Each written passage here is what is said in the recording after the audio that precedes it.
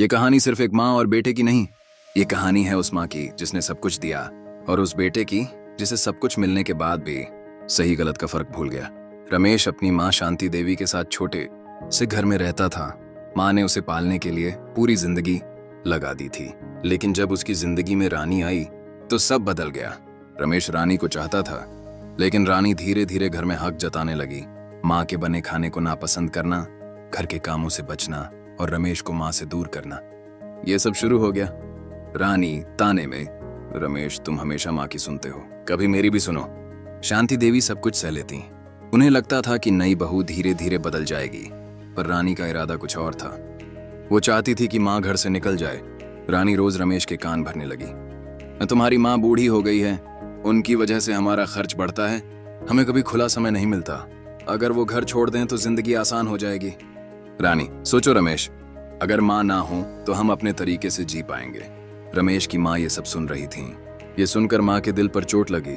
उन्होंने अपने बेटे के लिए सब किया था और अब वही बेटा उनसे दूर हो रहा था। माँ रात भर सो नहीं पाई। आंखों में आंसू लिए उन्होंने भगवान से कहा, हे प्रभु, मेरे बेटे को सही रास्ता दिखाना। एक दिन रमेश का दोस्त आया और उसने सच बताया, तुम्हारी जीएफ तुम्हें सिर्फ पैसे और घर के लिए चाहती है। वो तुम्हें माँ से दूर करके सब कुछ अपने नाम करना चाहती है। रमेश को अचानक माँ की सारी बातें याद आ गईं। उनका त्याग, उनका प्यार, उनकी दुआएं। रमेश ने रानी से सवाल किया। रानी पहले तो झूठ बोलती रही, पर जब सच सामने आया तो उसका चेहरा उतर गया। माँ चुपचाप खड़ी सब देख रही थी। रमेश गुस्से में, रानी, मैंने तुम्हें अपना सब कुछ माना और तुमने मेरी माँ को ही दुश्मन समझा।